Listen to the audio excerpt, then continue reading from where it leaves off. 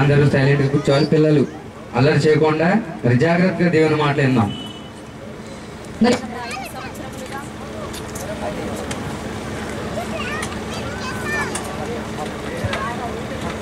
ఈ ప్రాంతంలో మరి గత 5 సంవత్సరములుగా ఇదే గ్రౌండ్ లో మరి సువార్త సభను నిర్వహిస్తూ మరి 71వ బ్లాక్ లో దేవుని మనసు ప్రార్థనా మందిరాన్ని మరి దైవ సంకల్పంలో మరి వ్యవస్థాపించినటువంటి దైవజనులు మరి అరుణ్ కుమార్ గారి సతీమణిగా మరి దేవుడు నాకు ఇచ్చినటువంటి ఈ సమయమును బట్టి మరి దేవాతి దేవునికి ఎనలేని కృతజ్ఞతలు చెల్లించుకుంటున్నాను.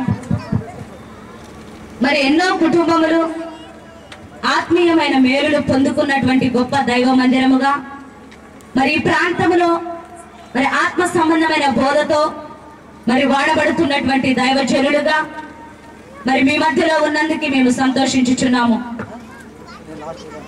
మరి ఈ సమయంలో మరి ఈ 3 రోజుల మహాసభలలో మరి 2వ రోజులోనికి దేవుని కృపను బట్టి మరి దేవుడు మనల్ని నడిపించి ఉన్నాడు గనుక మరి 2వ రోజులో మరి మొట్టమొదటి రోజును ఘనముగా మరి ఆయన కృపని ఈ ప్రాంతంలో తెలియపరిచి ఉన్నారు గనుక మరి 2వ రోజులో ఈ గ్రంథంలో ఉన్నటువంటి మరి ప్రతి మాటని కలిగించినటువంటి ఈ సృష్టిలో ఉన్నటువంటి అనేక ప్రాణులకు మరి పేర్లు పెట్టాలి. మరి ఆదాము గారు పేర్లు పెట్టే పనిలో ఉన్నాడు కనుక మరి ఆ యొక్క పని నిమిత్తమై తనకి ప్రాణాన్ని ఇవ్వడం జరిగింది. అయితే మరి ప్రాణమును ఇచ్చి ఆ యొక్క పేర్లు పెట్టమన్నాడు. మరి పెడుతున్నాడు. దేవుడు అప్పగించినటువంటి ఆ యొక్క పనిని పూర్తి చేస్తున్నాడు. ఆ పనిని మరి చేస్తున్నాడు. ఒంటరిగా చేస్తున్నాడు. ఒంటరిగా కష్టపడుచున్నాడు ఆదాము గారు. మరి ఒంటరిగా కష్టపడుచున్నటువంటి ఆదాము గారికి మరి దేవుడు అనుకున్నాడు మరి సాటి అయిన సహాయము కావాలి అనుకున్నాడు. అందుకు మరి ఒక జంట చేయాలి అనుకున్నాడు. సాటి అయిన సహాయమును వారి కొరకు చేయాలి అనుకున్నాడు. చూడండి, ఆదికాండము 2వ అధ్యాయము 21, 22 వచనములు చూసినట్లయితే అప్పుడు దేవుడైన యెహోవా ఆదామునకు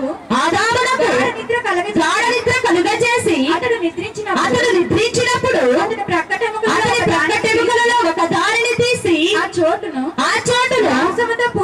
మాంసముతో పూడ్చివేసెను. చాలండి.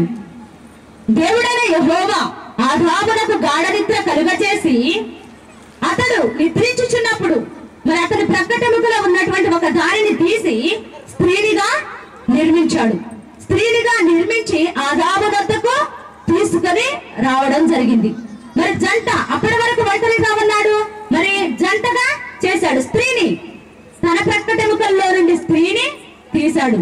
మరి స్త్రీగా నిర్మించి వారిరువురిని ఏకము చేసి మరి స్త్రీ పురుషుడు కష్టపడుతున్నప్పుడు స్త్రీని జత చేస్తున్నాడు. ఎందుకు? కష్టపడుచున్నటువంటి పురుషునికి ఓదార్పుగా ఉండాలి అని స్త్రీని జత చేస్తున్నాడు. కనుక మరి ఎందుకు కష్టపడినటువంటి పురుషుడు రాగానే తన మాటలతో మరి ఆయనకి కొంత ప్రశాంతత కావాలి. తన మాటలతో ఆయనకి మరి కొండంత బలముగా స్త్రీ ఉండాలి అని మరి జత చేయడం జరిగింది. ప్రియమైన దేవుని వారలారా, ఎందుకు? పురుషునిలో సగం స్త్రీ, పురుషునిలో సగం పురుషుని నుండి తీయబడింది కనుక నారీ అనబడింది. మరి వీరిద్దరూ కలిసి జీవించటానికి మరి ఒక కుటుంబముగా మరి కలిసి ఉండడానికి మరి తన మాటని మరి తన భర్త మాటగా కలుపుకొని జీవించడానికి అనువుగా వారిరువురిని ఏకము చేసి ఒక కుటుంబముగా చేయటం జరిగింది. అలాగే మరి పురుషులైన వారికి స్త్రీని జత చేస్తున్నాడు. మరి అనాది కాలపు సంకల్పం ఇది. అనాది కాలపు సంకల్పములో మరి దేవుడు జత చేస్తున్నాడు. అయితే మరి పురుషునికి జత చేయబడినటువంటి స్త్రీ మరి ఏ విధంగా ఉండాలో కూడా దేవుడు తెలియపరచుచున్నాడు. మరి పురుషుడు మరి ఇద్దరు కలిసి మరి ఒకరినొకరు అర్థం చేసుకొని, అంటే మరి పురుషుని మాటని మరి స్త్రీ తన మాటగా అంటే తన భర్త మాటనే తన మాటగా కలుపుకొని జీవించడానికి అనువుగా ఉండాలి అని దేవుడు కోరుకున్నాడు. మరి అనువుగా ఉండాలి అంటే స్త్రీలు చాలా లోబడి ఉండాలి అంటున్నాడు దేవుడు. అయితే చూడండి, మరి స్త్రీలలో దాదాపుగా మరి అసహనం ఎక్కువగా ఉంటుంది. ఎందుకు? మరి పురుషులు ఒక మాట మాట్లాడితే స్త్రీలుగా మనం ఎన్ని మాటలు మాట్లాడతామండి? అనేకమైన మాటలు మాట్లాడుతూ ఉంటాం. ఒక మాటతో విడిచిపెట్టాం. పురుషులు ఒక మాట మాట్లాడితే 10 మాటలైనా మాట్లాడండి, వదిలిపెట్టాం. మామూలుగా వివాదం జరుగుతున్నప్పుడు చెప్తున్నాను. ఎందుకు? మరి అసహనం, నోరు జారే తత్వం కూడా ఎక్కువగా మరి స్త్రీలలోనే ఉంటుంది. వాళ్ళు చాలా సైలెంట్ గా ఉంటారండి, కానీ చాలా మరి అసహనం ఉంటుంది అంటున్నాడు దేవుడు. అందుకే దేవుడు జాగ్రత్తలు చెప్తున్నాడు, జాగ్రత్తలు తెలియజేస్తున్నాడు. ఇదేంటండి మరి మా గురించి చెప్తున్నారు అనుకుంటున్నారా? నేర్చుకోవడానికి వచ్చామండి. మనం అందరము కూడా దేవుని యొక్క మరి పాదపీఠము యొద్దకు నేర్చుకోవడానికి, మరి అలాగూ లోకములో జీవించడానికి, మరి క్రైస్తవులుగా మరి ఎలా ఉండాలో ఈ లోకానికి చూపించడానికి ఆయన సన్నిధికి మనము వచ్చి ఉన్నాం. ప్రియమైన దేవుని వారలారా, చూడండి సామెతల గ్రంథము 18వ అధ్యాయము, సామెతల గ్రంథము 18వ అధ్యాయము 21వ వచనము చూసినట్లయితే, జీవ మరణములు నాలుక వశము, దాని యందు ప్రీతిపడువారు దాని ఫలము తిందురు. జీవ మరణములు నాలుక వశము అంటున్నాడు. అబ్బాయి, ఎంత ఎక్సలెంట్ మాట అండి. ఎక్కడైనా విన్నారా? ఎవరైనా చెప్పి ఉన్నారా? లేదండి, లేదు. జీవ మరణములు నాలుక వశము అంటున్నాడు. అంటే ఈ దేహము కలిగి ఉన్నటువంటి, ఈ నోటిలో ఉన్నటువంటి నాలుక వశము అంటున్నాడు. అంటే జీవించాలి అన్నా, మరణించాలి అన్నా, అంటే బ్రతకాలి అన్నా, చావాలి అన్నా ఈ నోటిలో ఉన్న నాలుక వశము అంటున్నాడు దేవుడు. ఎందుకు? నోరు జారితే ఎన్నో చిక్కులు కనుక, ఎన్నో చిక్కులు, ఎంతో ప్రమాదం ఉంటుంది కనుక జాగ్రత్తలు చెప్తున్నాడు దేవుడు ఈ రాత్రికాల సమయమందు. ప్రియమైన సహోదరి సహోదరుడా, అయితే మరి నోరు జారటం అనేది చూడండి, మరి అధికారి నోరు జారితే ఒక రకంగా ఉంటుంది, మరి పేదవాళ్ళు నోరు జారితే ఒక రకంగా ఉంటుంది. అంటే ఎవరి స్టేటస్ ను బట్టి ఉంటుంది. ఎలాగైతేనేమి నోరు జారితే ప్రమాదం ఉంది అంటున్నాడు దేవుడు. జీవ మరణములు నాలుక వశము అంటున్నాడు. మరి నాలుక వశము, జీవించాలన్నా మరణించాలన్నా నాలుక వశము అంటున్నాడు. బెత్తడే ఉంది నాలుక. మరి బెత్తడే ఉన్నటువంటి ఈ నాలుక వశములో ఎందుకు పెట్టి ఉన్నాడు దేవుడు? ఈ రాత్రికాల సమయం ముందు ఆలోచించాలి. మరి బెత్తడే ఉన్నటువంటి ఈ నాలుక అనేకమైన మాటలు మాట్లాడుతుంది, అనేకమైన మాటలు. చూడండి, మరి క్రైస్తవులుగా ఉన్నప్పటికీ, ఆయన సన్నిధికి వెళుచున్నప్పటికీ కూడా తగ్గింపు తత్వం అనేది లేకపోయినప్పుడు మరి విరివిగా అనేకమైన మాటలు మాట్లాడుతూ మరి నోరు జారుతూ ఉంటాము. అందుకే దేవుడు అంటున్నాడు, మరి నోరు జారే తత్వం ఉన్నది కనుకనే జీవమరణములు నాలుక వశములో ఉన్నవి, జాగ్రత్త అంటున్నాడు. చూడండి, ఒక తల్లి మరి కూతురిని ఒక మాట అన్నదని వెంటనే వెళ్ళి ఉరిపోచుకొని చనిపోతుంది మరి నేటి రోజుల్లో. మరి తండ్రి కుమారుణ్ణి ఒక మాట అన్నప్పుడు మరి తన యొక్క ప్రాణములు తీసుకుంటున్నాడు. మరి భర్త ఒక మాట అన్నప్పుడు భార్య అలాగే ప్రాణాలు కోల్పోతుంది. అంటే తీసుకుంటున్నారు వారి ప్రాణములు వారే. అంటే ఎక్కడ జరుగుతుంది ఇది? నోరు, నాలుక బెత్తడే ఉంది కానీ ప్రాణాలని తీస్తుంది అంటున్నాడు దేవుడు. కనుక మరి తగ్గించుకోవాలి అంటున్నాడు, జాగ్రత్తలు చెప్తున్నాడు ఈ రాత్రికాల సమయమందు దేవుడు. అందుకే మరి దావీదు భక్తుడు, మరి రాజుగా ఉన్నటువంటి దావీదు భక్తుడు మరి ఏమంటున్నాడో చూడండి. కీర్తనల గ్రంథము 120వ అధ్యాయము 7వ వచనం చూచినట్లయితే, కీర్తనల గ్రంథము 120వ అధ్యాయము, నేను కోరినది సమాధానమే అయినను మాట నా నోట వచ్చిన తోడనే వారు యుద్ధమునకు సిద్ధమగుదురు. మరి దావీదు గారండి, మరి రాజుగా ఉన్నాడు, ఇశ్రాయేలీయులను పరిపాలిస్తున్నాడు. మరి ఇశ్రాయేలీయులను పరిపాలిస్తున్నటువంటి దావీదు గారు అంటున్నాడు, నేను కోరినది సమాధానమే. అంటే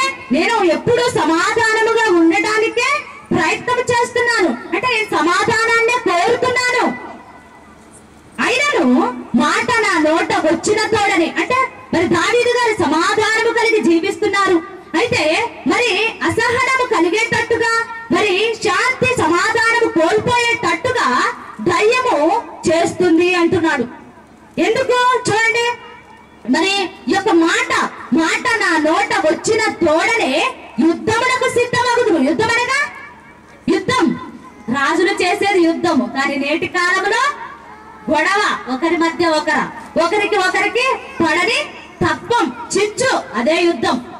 అయితే మరి ఇటువంటి యుద్ధాన్ని నేను కోరుకోవట్లేదు, సమాధానాన్ని కోరుకుంటున్నాను అంటున్నాడు దావీదు గారు.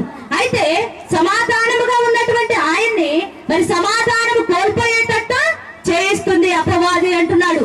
నాలుక అది పలికే తీరు మరి యొక్క కేవలం ఈ చిన్ని నాలుక మీదే ఆధారపడి ఉంది అంటున్నాడు. అందుకే మరి యొక్క నాలుకను గూర్చి దావీదు గారు ఎంతో జాగ్రత్త తీసుకొని మరి ఎంతో దేవునికి విన్నవించుకుంటున్నాడు, దేవునికి మొరపెట్టుకుంటున్నాడు. నిజంగా మన జీవిత కాలంలో ఏ రోజైనా మరి ఇటువంటి ప్రార్థన, ఇటువంటి విజ్ఞాపన, ఇటువంటి మొర మరి దేవునికి చేశామా లేదా అని మనల్ని మనమే పరీక్షించుకుందాం. మరి దేవుడు గనక, మరి దేవుని భయము గనక ఉంటే నిజంగానే ఇటువంటి విజ్ఞాపన మన జీవితంలో దేవునికి చేసి ఉండేవారం. ప్రియమైన దేవుని వారలారా, చూడండి కీర్తనల గ్రంథము 120వ అధ్యాయము 2వ వచనం చూసినట్లయితే, యెహోవా అబద్ధమాడు పెదవుల నుండి మోసకరమైన నాలుక నుండి నా ప్రాణమును విడిపించుము అంటున్నాడు దావీదు భక్తుడు. యెహోవా దేవుణ్ణి మొరపెట్టుకుంటున్నాడు. ఏమనండి? అబద్ధమాడు పెదవుల నుండి, మోసకరమైన నాలుక నుండి నా ప్రాణమును విడిపించుము అంటున్నాడు. పెదవులు అబద్ధములు ఆడుచున్నవి, మోసకరమైనది ఏంటి? నాలుక అంటున్నాడు. కనుక మరి పెదాలు విప్పితే నాలుక ఏది పడితే అది మాట్లాడుతూనే ఉంటుంది. నాలుక ఏది పడితే అది మాట్లాడుతుంది. హద్దు అదుపు ఏమీ ఉండవు, ఇంకా మాట్లాడుతూనే ఉంటుంది. కనుక మరి దావీదు భక్తుడు అంటున్నాడు, అయ్యా ఈ యొక్క మరి అబద్ధమాడే పెదవుల నుండి, మోసకరమైన నాలుక నుండి నా ప్రాణాన్ని విడిపించు అంటున్నాడు. ఇంకా ప్రాణం ఏంటి? మరి అబద్ధమాడేది ఏంటి? ఒక్కసారి రాత్రికాల సమయం అంతా ఆలోచించాలి ప్రియమైన దేవుని వారలారా. మరి చూడండి, మనిషి జీవితము మరి ఈ యొక్క నాలుక పైనే ఆధారపడి ఉంది అంటున్నాడు. ఎందుకు? మంచికైనా చెడుకైనా మరి ఏ నోటితోనైతే మంచి మాటలు పలుకుతామో అదే నోటితో చెడు మాటలు పలుకుతాము. నాశనం చేసే మాటలు కూడా అదే నోటితో పలుకుతాము. అందుకే అంటున్నాడు, ఉన్నది చిన్నదే, బెత్తడే, మరి ఈ ప్రపంచాన్ని మొత్తాన్ని కూడా బెంబేలెత్తిస్తుంది. ఏంటంటే ఈ నాలుకే, నోటిలో ఉన్నటువంటి ఈ నాలుక. అందుకే మహారాజుగా ఉన్నటువంటి ఆయన మరి పరిపాలన చేస్తున్నటువంటి దావీదు గారికి మరి అవసరం లేదు, ఇటువంటి విజ్ఞాపన అవసరం లేదు. రాజుగా ఉన్నాడు. మరి రాజుగా ఉన్నటువంటి దావీదు గారు మరి ఇంత గొప్ప విజ్ఞాపన చేస్తున్నాడు. మరి మనము మరి రాజులము కాదు, మరి దేవుని చిత్తాన్ని నెరవేర్చుటకు రాజులము, కానీ తెలియక లోకములో జీవించుచున్నాము. మరి లోకములో జీవించుచున్నటువంటి మనము మరి దేవుని యొద్దకు వచ్చి సరిదిద్దుకున్నటువంటి మనము ఏ రోజు కూడా మరి ఇటువంటి విజ్ఞాపన చేశామా లేదా అని ఆలోచించుకోవాలి. ఎందుకు? ఈ నాలుకని మనము జాగ్రత్త చేసుకున్నట్లయితే, ఈ నోటిని మనము జాగ్రత్తగా కాచుకున్నట్లయితే, ఇదిగో ఇలాగూ అంతిమ యాత్రకి సిద్ధపాటు రాదండి. అంతిమ యాత్రకి సిద్ధపాటు రాదు. మరి అంతిమ యాత్రకి సిద్ధముగా ఉన్నటువంటి మనిషి మరి చూడండి, కీర్తనల గ్రంథము 52వ అధ్యాయము 2వ వచనం, యెహోవా మోసము చేయువాడా వాడిగల మంగళ కత్తి వలె ఈ నాలుక నాశనము చేయ నిర్దేశించుచున్నది. మరి ఈ అంతిమ యాత్రకు సిద్ధంగా ఉన్నటువంటి మనిషి ఈ నాలుకను అదుపు చేసుకోవాలి అంటున్నాడు. మోసము చేయువాడా, వాడిగల మంగళ కత్తి వలె నీ నాలుక నాశనము చేయనుద్దేశించుచున్నది. నాలుక ఏం చేయాలనుకుంటుందండి? నాశనము చేయాలనుకుంటుందంట. నిజంగా తెలుసా మనకి ఈ పదాలు ఎప్పుడైనా మనం విన్నామా? లేదండి. నాలుక మోసము చేయాలనుకుంటుందంట. చూడండి, జీవితంలో ఎక్కడ మోసం జరిగినా గానీ సరిదిద్దుకోవచ్చు, సరిదిద్దుకునే దారి ఉంటుంది.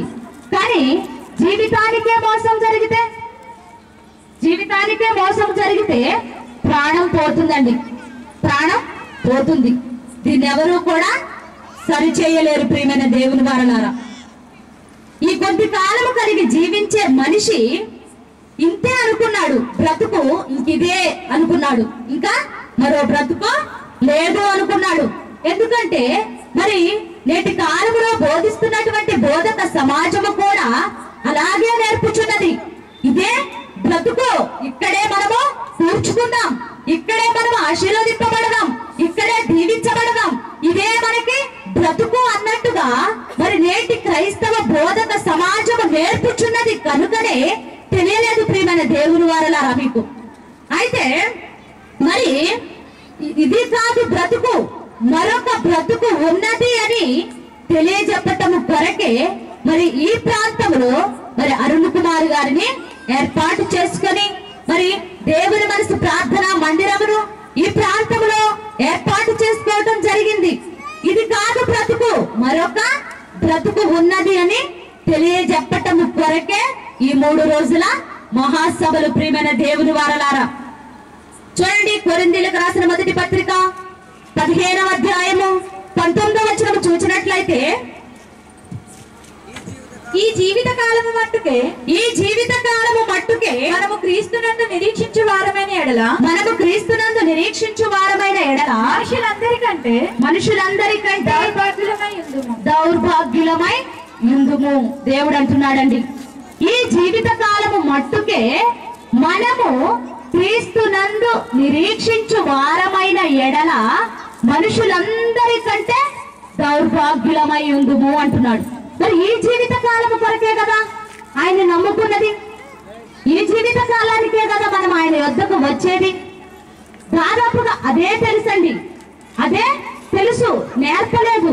మరొక జీవితం ఉన్నది అని నేర్పలేదు. చూడండి, ఎక్కడ చర్చి వాతావరణం చూసినా ఈ బ్రతుకును కూర్చున్నటువంటి బోధలే ఉన్నవి. అవునంటారా కాదంటారా?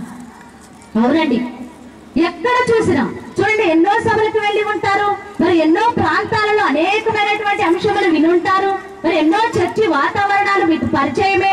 ఎక్కడ చూసినా కానీ ఈ బ్రతుకును కూర్చున్నటువంటి బోధలే పరిచయం చేస్తున్నారు. అయితే ఈ బ్రతుకు ముగిస్తే తర్వాత వచ్చే బాధ ఒకటి ఉంది అని తెలియజెప్తున్నాం ప్రియమైన దేవుని వారలారా. అది తప్పించుకోవాలనే మా బోధ. ఏంటది? అగ్ని ఆరదు, పురుగు చావదు, నరకమున వారి పురుగు చావదు. కనుక మరి ఆ యొక్క అగ్నిలోనికి వెళ్లకుండా ఉండటం కొరకే మరి దేవుడు రాయించినటువంటి ఈ పరిశుద్ధ గ్రంథములో ఈ మనిషికి అనేక జాగ్రత్తలు ఉన్నవి. కనుక మరి ఆ యొక్క జాగ్రత్తలని మనము మరి దేవుని సన్నిధికి వెళ్ళి వాళ్ళు నేర్పితే నేర్చుకుని ఉంటే మరి జాగ్రత్తగా జీవించగలము. నేర్పట్లేదు కనుకనే మీరు నేర్చుకోలేకపోతున్నారు. అందుకే నేర్పిస్తున్నాం ప్రియమైన దేవుని వారలారా. మరి లోకము నుండి వేరయ్యాము. లోకములో జీవించుచున్నటువంటి మరి మనుషులని దేవుడు పిలుచుచున్నాడు. నా యొద్దకి రండి, మీరు నా యొద్దకి రండి అని దేవుడు పిలుచుచున్నాడు. మీ సమస్త పాపములు నేను తుడిచివేస్తాను. మరి సిలువలో ఆయన రక్తమును కార్చి మన కొరకు, మన శాప పాప భూయుక్తమైనటువంటి ఈ రోత బ్రతుకు కొరకు ఆయన ప్రాణమును పెట్టి ఉన్నాడు. మరి లోకములో నుండి వేరై మరి పరలోకపు దారిగా ఉన్నటువంటి క్రీస్తుని అనుసరిస్తున్నటువంటి మనము మానవాళిని, ఈ యొక్క మానవాళి అందరినీ కూడా, ఇంకా ఎందరికైతే క్రీస్తు గొప్పతనము తెలియదో వారందరినీ కూడా మరి దేవుని యొద్దకు, అంటే తన పిల్లలని తన యొద్దకు చేర్చాలి అని మరి అందరము కూడా పోరాటము చేయాలి, ఆశ కలిగి ఉండాలి అని దేవుడు కోరుకుంటున్నాడు. అయితే మరి అంత కోరిక మనపై ఉన్నది దేవునికి. కానీ మనిషి యొక్క ఆశయము ఈ లోకము వైపు ఉన్నది, అనా కాదా? మనిషి ఆశ ఎలా ఉందండి? ఈ లోకము వైపే ఉన్నది. ఈ లోకము కొరకే ఆలోచిస్తున్నాడు, ఈ రంగుల ప్రపంచాన్నే చూస్తున్నాడు. ఇదే ఒక వింత అనుకుంటున్నాడు. దేవుడు రాయించినటువంటి ప్రతి మాట కూడా ఒక వింతగా చూడలేకపోతున్నాడు. అందుకే మరి అప్పటి వరకు ఉన్నటువంటి స్థితిని మార్చివేసి మరి వాక్యము నేర్పించాలి అని, మరి వాక్యాన్ని నేర్పించి మరి ఆ యొక్క బ్రతుకు అప్పటి వరకు ఉన్నటువంటి స్థితి విధి విధానాన్ని మార్చివేయాలని, ఆ యొక్క బ్రతుకు వాతావరణాన్ని మార్చివేయాలి అని ఈ ప్రాంతంలో దేవుని మనసు ప్రార్థనా మందిరాన్ని ఏర్పాటు చేసుకున్నాడు దేవుడు.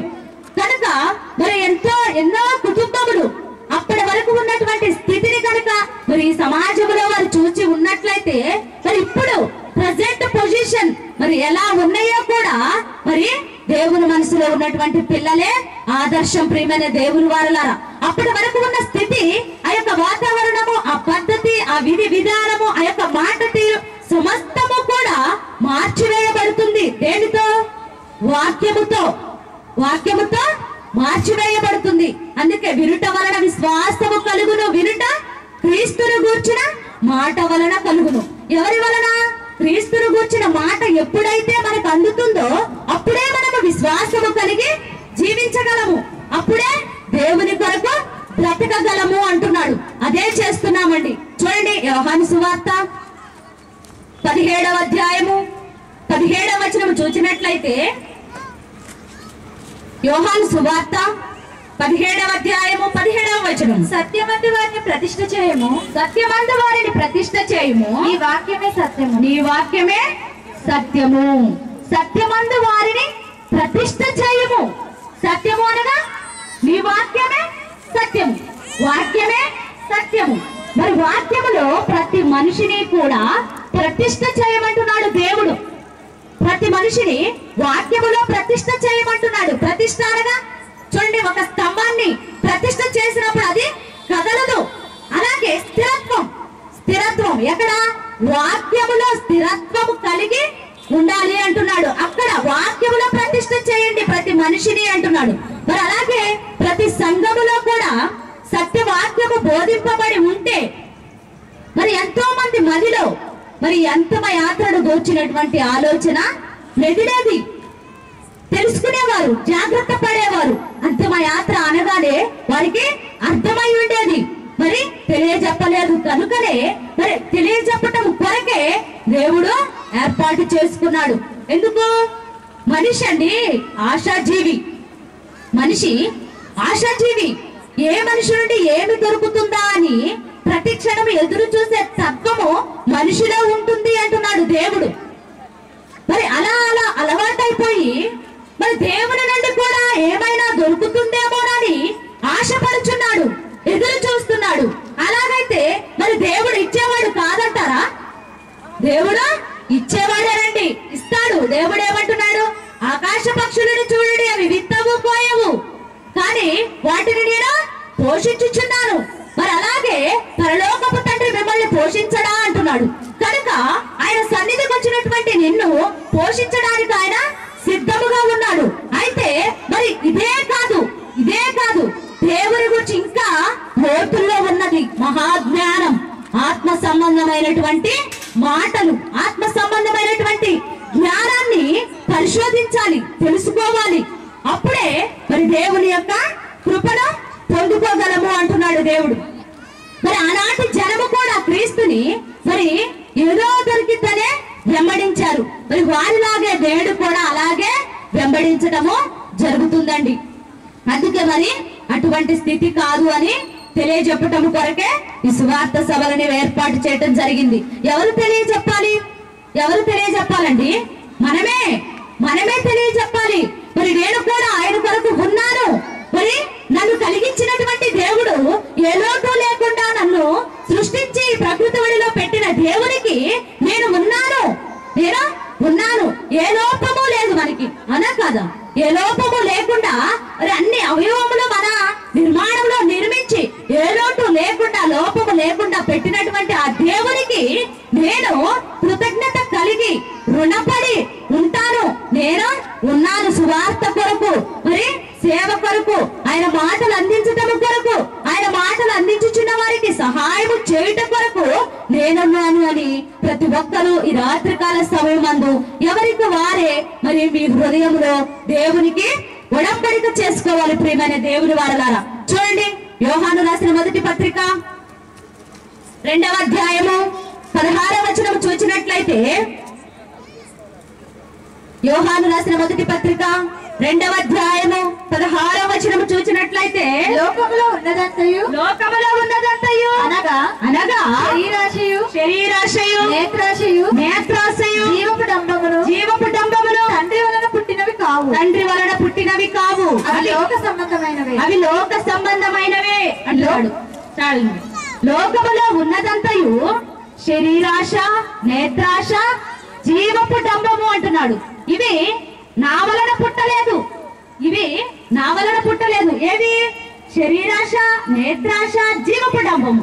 ఈ మూడు కూడా నా వలన కలగలేదు. ఇవి లోక సంబంధమైనవి, ఇవి లోకములో ఉన్నవి అంటున్నాడు దేవుడు. ఎందుకు? శరీరానికి ఆశ ఉన్నది అంటున్నాడు.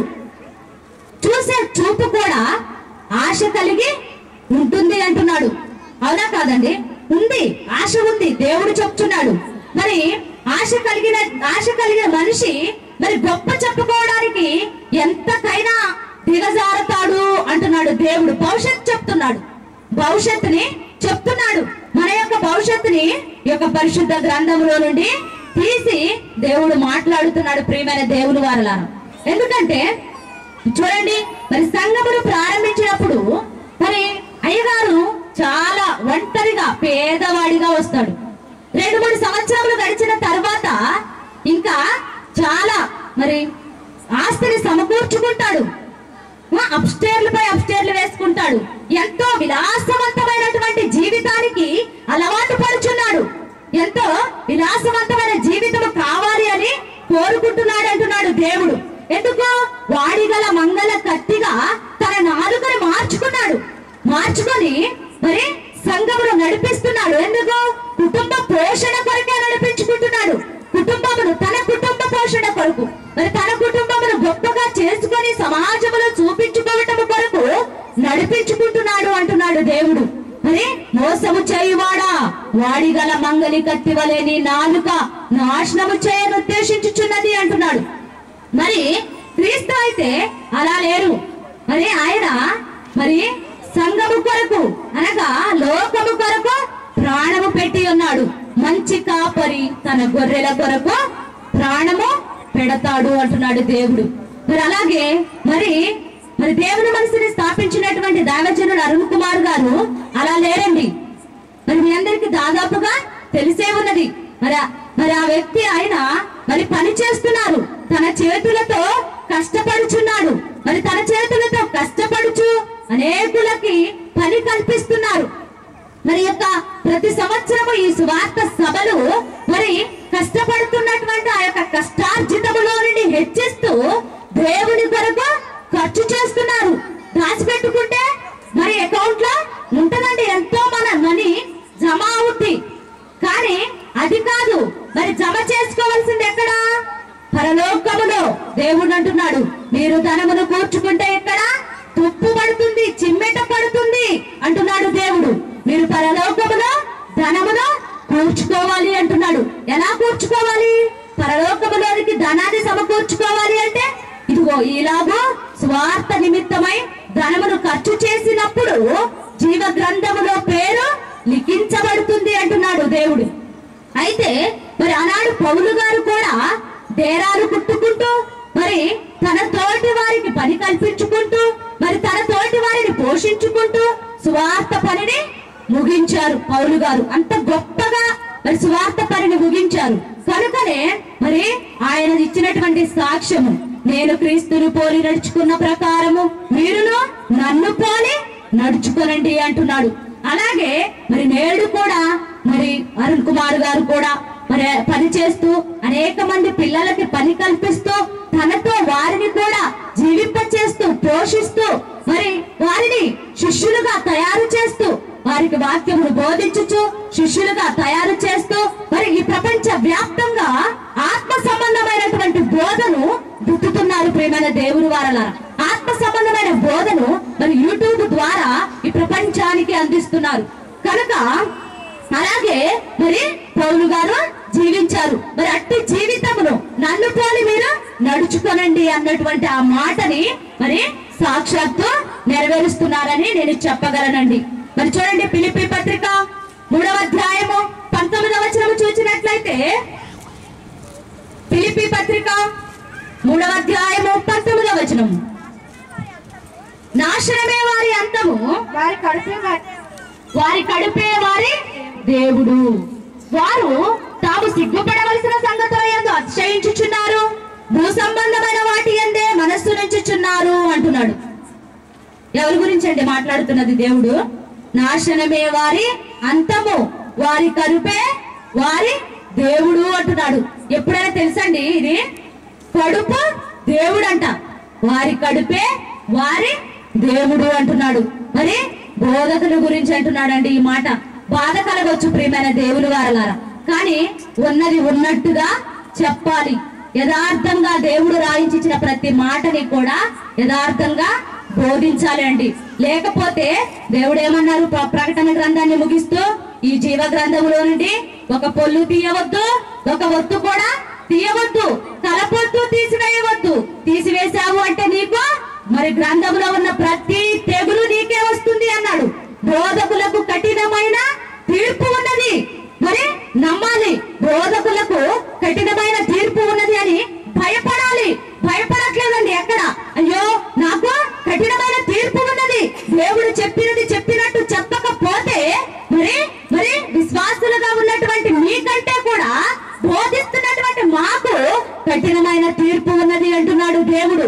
మరి ఈ యొక్క భయాన్ని దేవుడు పెట్టినప్పటికీ కూడా బోధక సమాజానికి భయము లేదు ప్రియమైన దేవుని వారలారా. దేవుడు అంటున్నటువంటి మాటే, వారి కడుపే వారి దేవుడు. వారు తాము సిగ్గుపడవలసిన సంగతుల యందు అతిశయించుచున్నారు. మరి ఈ లోకములో కూర్చుకుంటూ మరి కుటుంబ పోషణే దేవుడిగా అనుకుంటూ మరి సంఘమును మార్పు చేసి మరి మాయ మాటలు నేర్పిస్తున్నారు. మరి అయినప్పటికీ కూడా మరి ఇదే కరెక్ట్ అని మరి వెళ్ళిపోతున్నాము. చూడండి, మరి గొర్రెలండి కర్ర ఇట్లా అడ్డు పెట్టినప్పుడు కాపరి కర్ర ఇలా అడ్డు పెడతాడు. ఒక గొర్రె దూకుతుంది, దాని వెనక మరి కర్ర తీసినా గానీ మళ్ళీ అదే పనికి దూకుతానే ఉంటాయి. చూసారా లేదా? మరి గొర్రెలు మరి కర్ర తీసినా గానీ ఒకటి దూకితే దాని వెనక దూకుతానే ఉంటాయి, తీసినా గానీ. అంటే స్వభావాన్ని చెప్తున్నాడు దేవుడు. మీకు ఏమీ తెలియదు, మీరు ఏది చెప్పినా గానీ వింటారు.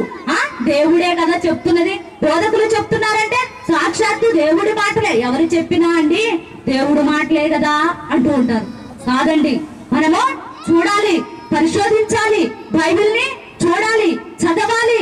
ఏమి చెప్తున్నారు, ఏమి మనకి నేర్పిస్తున్నారు, మన ఆత్మను ఎటు నడిపిస్తున్నారు, పరలోకానికి నడిపిస్తున్నారా, మరి నరకానికి మన ఆత్మను నడిపిస్తున్నారా అని మనము దైవ మందిరానికి వెళుచున్నటువంటి మనమే చూసుకోవాలి. కనుక మరి ప్రాణము లేనటువంటి మరి శవము ఏ విధంగా ఉంటుందో, ప్రాణము లేనటువంటి శవము ఏ విధంగా ఉంటుందో చూడండి. ఈ బ్రతుకు ముగిసిన తర్వాత, ఈ బ్రతుకు కొరకే మరి బోధన జరుగుతున్నప్పుడు మరి ఈ బ్రతుకు ముగిసిన తరువాత మరొక బ్రతుకు ఉన్నది అని బోధించట్లేదు ఎవరు కూడా. కానీ ఈ బ్రతుకు ముగిసిన తరువాత మరొక బ్రతుకు ఉన్నది. ఈ బ్రతుకు ముగిసిన తర్వాత మోసుకెళ్తూ ఉంటారు.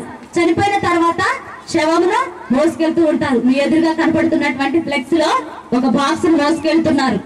అంటే ఒక శవమును మోసుకెళ్తున్నారు. ఎలాగో ప్రాణము లేని వట్టి కట్టెను మాత్రమే మోసుకెళ్తున్నారు. అవునా కాదండి? ప్రాణం ఉందా? లేదు. మరి రాత్రి దైవజనులు మాట్లాడి ఉన్నారు. మరి ఏమి చేస్తున్నా గానీ తెలియదు, ఏమి చేస్తున్నా గానీ తెలియదు. చన్నీళ్ళు పోస్తున్నామా, వేడి నీళ్లు పోస్తున్నామా, ఏం పోస్తున్నామో చూస్తుందా శవము? చూడదు. ఎందుకు? ప్రాణము లేదు కనుక. వట్టి కట్టె మాత్రమే అది. మరి ప్రాణం ఉన్నప్పుడు ఎలా ఉంది? ప్రాణం ఉన్నప్పుడు ఎలా చూసుకున్నాము? వంగి వంగి నమస్కారాలు పెడుతూ ఎంతో ప్రేమగా మరి ఆప్యాయముగా చూసుకుంటూ ఉంటాము. కానీ ప్రాణం పోయిన తర్వాత చూడడానికి కూడా రారు, వెళ్ళరండి. అందుకే మరి దేవుడు అంటున్నాడు, మరి విలువ ఇచ్చేది దేనికి? దేనికి విలువిస్తున్నారంటున్నాడు? ఇప్పటికే అర్థమైంది. మరి దేనికి విలువిస్తున్నాము? ప్రాణానికి విలువ ఇవ్వాలి. ప్రాణానికి. ప్రాణం లేని వట్టి కట్టెకు మాత్రము కాదు. మరి ఆ ప్రాణము ఎక్కడికి పోతుందో, మరి ఏమైపోతుందో, మరి ఆ ప్రాణము ఎక్కడికి పోతుందో ఏమైపోతుందో అని తెలియజే మరి మా యొక్క ప్రయాస అండి, మా ప్రయాస. ఈ సువార్త ప్రయాణము కూడా అందుకే ప్రతి మనిషికి తెలుసు ఏమని, చనిపోతాము అని. ప్రతి మనిషికి తెలుసండి. ప్రతి ఒక్కరూ కూడా మాట్లాడుతున్నటువంటి వాడుక మాటల్లో, ప్రతిరోజు మాట్లాడుకుంటున్నటువంటి మాటలు ఏదో ఒక సందర్భంలో వస్తూనే ఉంటాయి ఇటువంటి మాటలు. చనిపోతాము అని ప్రతి ఒక్కరికి తెలుసు. మరి చనిపోతాము అన్న పదములోనే ఉంది పోతాము అని. మరి ఆ పదము యొక్క భావము తెలియాలి, ఆ పదము యొక్క భావము తెలియాలి. ఏంటండి, స్టార్ట్ చేసిన దగ్గర నుండి చనిపోతాము, బ్రతుకుతాము, చావు, మరణం ఇదే చెప్తున్నారు ఏంటండి? సంతోషం, ఉజ్జీవం, ఉత్సాహం ఏమీ లేవా అని అనుకుంటున్నారండి? నిజంగా అండి, బయట అవన్నీ ఉన్నాయండి. కానీ దేవునిలో మన ఆత్మకే దేవుని యొక్క మాట అందాలి. కనుక చూడండి, చివరి వచనము ప్రసంగి గ్రంథము 9వ అధ్యాయము 5వ వచనము చూసినట్లయితే, ప్రసంగి గ్రంథము 9వ అధ్యాయము 5వ వచనం, బ్రతికి ఉండువారు తాము చతురని ఎరుగుదురు, అయితే చచ్చిన వారు ఏమీ ఎరగరు, వారి పేరు మరవబడి ఉన్నది, వారికి ఇక ఏ లాభమును కలగదు. దేవుడే అంటున్నాడండి. జ్ఞాని అయిన సొలొమోను గారి ద్వారా దేవుడు రాయించినటువంటి మాట. మరి బ్రతికి ఉండువారు తాము చతురని ఎరుగుదురు, తెలుసు, అయితే చచ్చిన వారు ఏమీ ఎరుగరు, వారి పేరు మరవబడి ఉన్నది. మనిషి జీవిత కాలము ముగిసిపోయిన తర్వాత కొద్ది కాలానికే ఆ వ్యక్తిని మర్చిపోతూ ఉంటాము, అవునా కదా? మర్చిపోతాము. కానీ ఆత్మకే చావు లేదు, కానీ ప్రాణము తిరిగి రాదు. ఏమైపోయింది ప్రాణం? మరి అప్పటి వరకు ఉన్నటువంటి ఆ మనిషికి నెమ్మది ఉందా? ఆ ప్రాణానికి నెమ్మది ఉందా? మరి సంపాదించినటువంటి సంపాదన అంతా ఏమైపోయింది? ఇవన్నీ ఆలోచిస్తాడా? లేదండి, ఆలోచించడు, తెలియదు. కనుక మరి బ్రతికి ఉన్నప్పుడే, అనగా ఈ లోకములో మనము మరి జీవించుచున్నప్పుడే ఆ ప్రాణము యొక్క విలువని, ఆ ప్రాణానికి కావాల్సింది ఏంటి, మరి ఆత్మకు సంబంధించినటువంటి ప్రతి మాటను కూడా మనము తెలుసుకోవాలండి. మరి ఇంకా గొప్పగా, ఇంకా లోతుల్లోకి మరి తీసుకెళ్ళడానికి మరి మన మధ్యన ఉన్నటువంటి మరి దైవజనులు మరి సిద్ధముగా ఉన్నారు కనుక మరి నాకు ఇచ్చినటువంటి సమయమును మరి నేను ముగించుచున్నాను. మరి ఇంకా గొప్పగా మరి దేవుని యొక్క వర్తమానాన్ని ఇంకా లోతుల్లో మనిషి జీవిత కాలంలో ఏమి జరుగుతుందో మరి ఆయన మాటల్లోనే వినాలి అండి. ప్రార్థించుకుందాం. మరి దయచేసి ప్రతి ఒక్కరము కూడా మరి నిలవబడినట్లయితే మరి చెప్పబడినటువంటి ప్రతి మాట కూడా మరి మన జీవితంలో నెరవేరుతుందా లేదా అని మరి ఈ సమయంలో మరి దేవునికి విజ్ఞాపన చెల్లించుకుందాం. అయ్యా, నా జీవితం ఎలాగున్నది?